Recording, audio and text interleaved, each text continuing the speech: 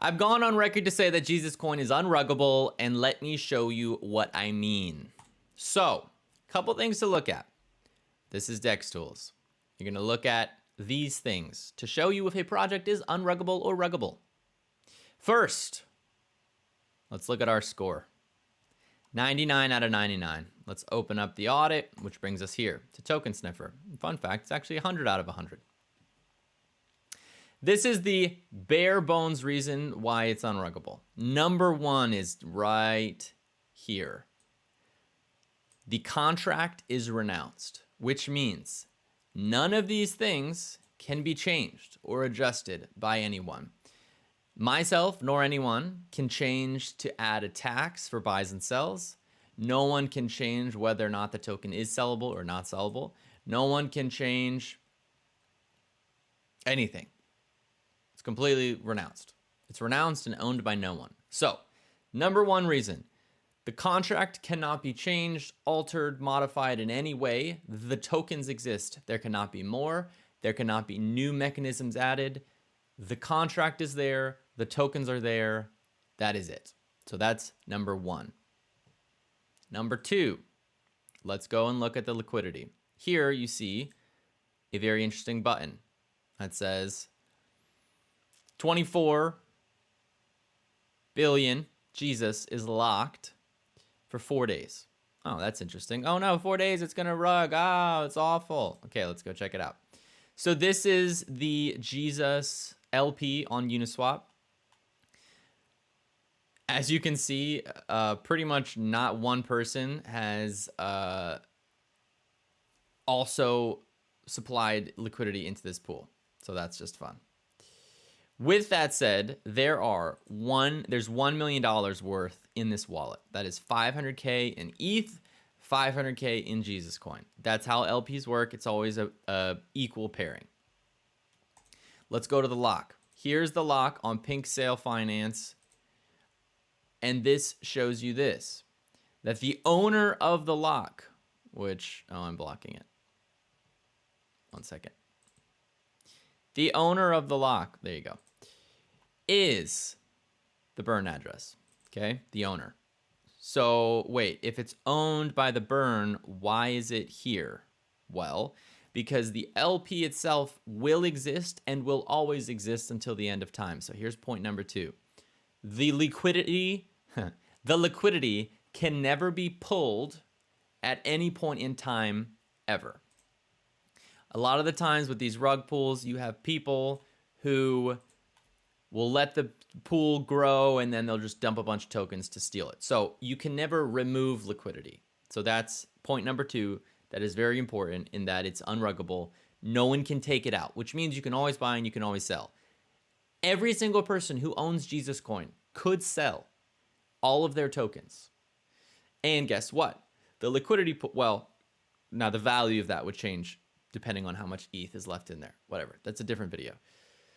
But with that said, that ETH and those tokens would still be in the pool and vice versa. So that's point number two. I'm just gonna start exiting out of all these. Just going back to this, in 4 days, on November 21st, this locks. The ownership of these keys immediately transfers over to the owner, which we see here is the burn address. So the liquidity will always be there. Fun fact, I just did the math. 500K worth of fees is what that position has earned. That position earned 500K in the last 6 months. All right, let's go to the next thing. 79% of the supply is owned by the team. Oh no, everybody's gonna rug us. Let's open this up. We open this up and we see that this is a contract and this is, see all these locks? Up here, which you can't see, this address is labeled the Pink Lock 02. So this is Pink Sale Finance's timed lock contract. If you go through here, you see all of these other tokens have also launched on Pink Sale, and they have tokens locked in that address. Let's go here. So this is the actual locked supply. So in 38 days, 80% of the entire supply will burn. Currently, that's worth $52 million. $52 million worth of Jesus coin is owned by, look at that, the burn address. Yay, we did it again. The burn address owns that. I keep moving myself. The burn address owns that. Now again, I thought it exists in this pink sale lock. No. It is in the lock. When it unlocks in 38 days, it will transfer over to the owner.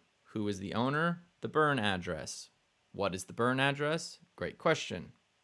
The burn address is the Ethereum address 0x0000. Currently, it's loading. And it is the burn because no one has access to it. It was the first wallet, presumably. And you can see here, there's $149 million worth of tokens in it. Also, fun fact, if you notice, 18 million, 10 million, 4 million, 107 million. Jesus coin will be the number two. Jesus coin will be the number 2 most valuable token in this wallet. There are several burn addresses, so that's not to say we're the most at all times. There's another one that has dead at the end. So there's that. 80% of the supply is owned by no one and will go away, which means the current tokenomics in terms of the distribution is how they will be. Let's go into Etherscan. So now we're going to go to the holders. So this is the Etherscan for Jesus coin. You see there are 6,648 holders. Fully diluted market cap is 65, but remember that includes the $52 million burn address that is locked and owned by the burn address. Current circulating supply market cap is 12.9. The actual market cap is 12.9, not this. So when people think that things will be unvested, that's when issues happen of where things can get sketchy of like, well, your tokens are being diluted. That's why a token that is inflationary, such as Doge, such as Ethereum, such as all these other ones that have no cap of how many tokens can be made, tokens like this are neither deflationary, because you saw in the contract, you can't change that. It's a fixed supply. It exists. That's it. It's like Bitcoin. There's 21 million. Bitcoin is inflationary until it's not, which is 21 million. So it's exactly like that. If we go through the holders, you can see the distribution is decent. Now remember, this percentage will change based off of once the supply happens, because right now it's 0.8, but in reality, 6%. So there'll be about 156 trillion tokens left after the burn, which is, this is like, I don't know, 5% or something. So right now should be 5%. Same thing, like let's go to this one, which will be an easy one. This one, which is 1.59 trillion, is 0.2% of the supply, but in reality, that's 1% of the supply. So just multiply all of these by 5, and you get a decent number. This is 4, 2.5, etc. What you look at with holders is there a whale who is going to dump on your face? And what I mean by that, let's pull up ENS. This is a massive crypto DAO, huge, an amazing, whatever. It's an iconic crypto protocol. Like this is a top 100 project, massive. So let's look at their tokenomics. And so when people say like, oh, can the team dump? What's going to happen? Now, 2 things to keep in mind here. When a token is launched, the team, let me go full screen. When the token is launched, a team allocates themselves a percentage of supply. Normally that goes to VCs, team members, a marketing budget.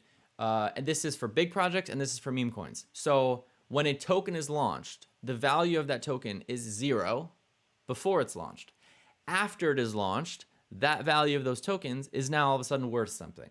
So when people say like, you'll see a chart, it goes like this when it's launched and then immediately just goes like this forever, forever, forever. What's happening there is the team was given tokens for free, which means their cost basis is 0. Granted, they could have put money in as well, like in fundraising and investing, like in the seed round or something. But 9 times out of 10, the team's cost basis is 0. So even if you're like, oh, why are you selling? It was worth $2. Now it's only worth 25 cents. It's like, it was worth 0 for them. They acquired it for 0. So of course they're going to still sell it 25 cents. It's still free money, or it's still their money, whatever. So when you have projects that have bags, you need to look through the holders to see who is holding, how much are they holding, and when did they acquire it. So let's go back to the Etherscan for ENS again. So ENS gives us a couple of things here. You see that 56% of the supply of ENS is in a time lock. Now, if I dig into that, am I going to see that that time lock is owned by the burn address? Absolutely not. This is a vesting. So VCs, team members, other side projects that they want to do with this, like this money will be unlocked. That is why the FDV is very important compared to the circulating. So with this, the FDV is 800 million. However, 56%, half of the supply is not even out yet. So what do you think? Does this go to 100 million or does this go to 400? Quick maths there. So then you can look through and see that all this is labeled. The ENS DAO, so this is the team itself, owns 10% of the supply. Unlocked, just owns 10%. They also have a cold wallet of another 3%. So that's storage, long-term, whatever. So this is spending money. This is savings. So already you have 13% of it is owned by the team. When it comes to a low liquidity coin or a high liquidity coin, what do you think is going to happen if 13% of the supply is dumped at once? It would never happen. No team would do that. But theoretically, what if they did? Well, also, by the way, it's not just 13, it's 56 plus 13. So the ENS itself owns 80, oh wow, almost 50, 60, 69, 69%. That's fun. 60-ish% of the supply is owned by the team. So there you go. That's one example. Let's use another example. So this is a meme coin. So this is Pepe. Did amazing this year in terms of hype on the timeline, chart movement, exchanges, euphoria, all of the stuff. Okay. Pepe launched approximately a week and a half before we did. I was inspired to launch Jesus Coin after Pepe. Fun fact. If you look at the fully diluted market cap, 470 million, circulating market 466. And you know exactly where the rest of that is, which is actually here. Wallet number 5, owned by the burn address. So this is another burn address. 1.6%, 7 million is owned by the burn address. And that 7 million, yeah. So all of this token exists. There's no new Pepe coming. Nobody, no timed unlock, whatever. It's all right there. If you go through the holder count, you can see exchanges, Binance. So whenever there's an centralized exchange who owns the token, what's interesting is 22% of the entire supply is owned by Binance. That's interesting. What's also interesting is, it's Binance is down here again. It's Binance, but it's centralized holders on Binance. However, the custody of those funds is owned by Binance. We saw last week Poloniex got hacked. $150,000 worth of Jesus Coin were hacked and stolen. So those holders lost those tokens, and Poloniex has said that they'll be buying them back and doing refunds and etc. So again, let's look at their percentages just for fun. None of these are officially labeled as team members. So do we know these are team members? Hard to tell. There is one that is a team wallet. I don't have it pulled up for what it was. It might be this one, honestly. But it's still not bad. Like, the tokenomics and distribution of Pepe in general are actually decent. You don't want to see this, again, like ENS, and granted, it's a different category of tokens, but just the concept of distribution is what we're looking at here, where you have 10% is owned by the team, 56, like, that is a lot. If you actually go back to the token sniffer contract audit, you'll see that one of the categories is creator.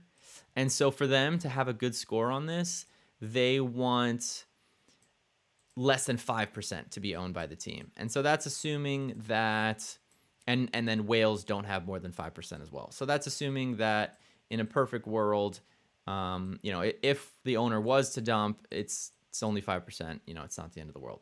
Let's go back to the chart for a second and we can look through here. Again, these are all the holders, 6 trillion, which is the liquidity pool, remember, 4 trillion, 4 trillion, 2 trillion, 3, da, da, da, da, da. So there aren't many huge positions. You have some whales who are owning more than Pepe, for example. So 1%, 1%, 1%. And if we go back here, again, multiply by 5. So this is 2%. It looks like the biggest holder right now is 2.5-ish% of Jesus Coin. 5%, 5%, or 2%, 2%, 1.5, etc. So it's close. In a speculative way, you could assume that as the value of those tokens of Jesus Coin increases, this distribution will become more sparse out, because remember, Pepe has a bunch of these exchanges. So you have all these exchanges who were able to acquire these, and basically the whales sell to the exchanges. I mean, that's the kind of the reality of just the PvP environment we have here with on-chain coins and what we're doing. So that is basically it. So to recap, this is a long video, but people asked for this. So to recap, this is what that means. No one can do anything with the Jesus Coin contract. It is renounced, owned by no one. You can't add a tax. You can't rug the project. You can't make it unsellable. You can't change the supply, nothing. Number one. Number two, the liquidity is locked, which is currently 10% of the market cap, which is actually quite high on a liquidity to market cap ratio. Typically, it's in the 5 to 8%. So that's number two. Number three, the liquidity itself is locked. It will unlock in 4 days, but it's owned by the burn address, so it can never be pulled. Liquidity can never be pulled. The next one is 80% of the supply is burned, which means that there is no large bag holder to dump on your head. The distribution is actually quite good, and no one at all was given any tokens for free. So the cost basis for these whales, they actually have a cost basis. Whereas if it's a team wallet, they would be given tokens for free, which would have cost them nothing. So let's say it goes up 100%, but then down, they're still up. They're always up. So that's another thing to look at, is the team cannot dump tokens on your head. And that's it. That's why Jesus Coin is fully unruggable. The final point, which is more opinion and less analytical data, but you know, this is just my thought. The token itself is very decentralized. There was no team. There's not 5 people, 10 people working in an office who had this big plan for the project.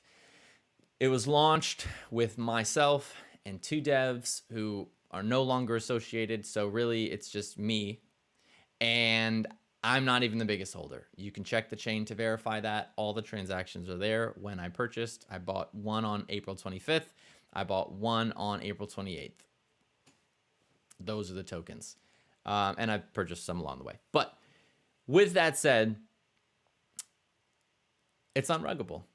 If you have any questions, comment below, send me a DM, hit me up in the Telegram. This was a long video, but it was kind of an important video. So there you go.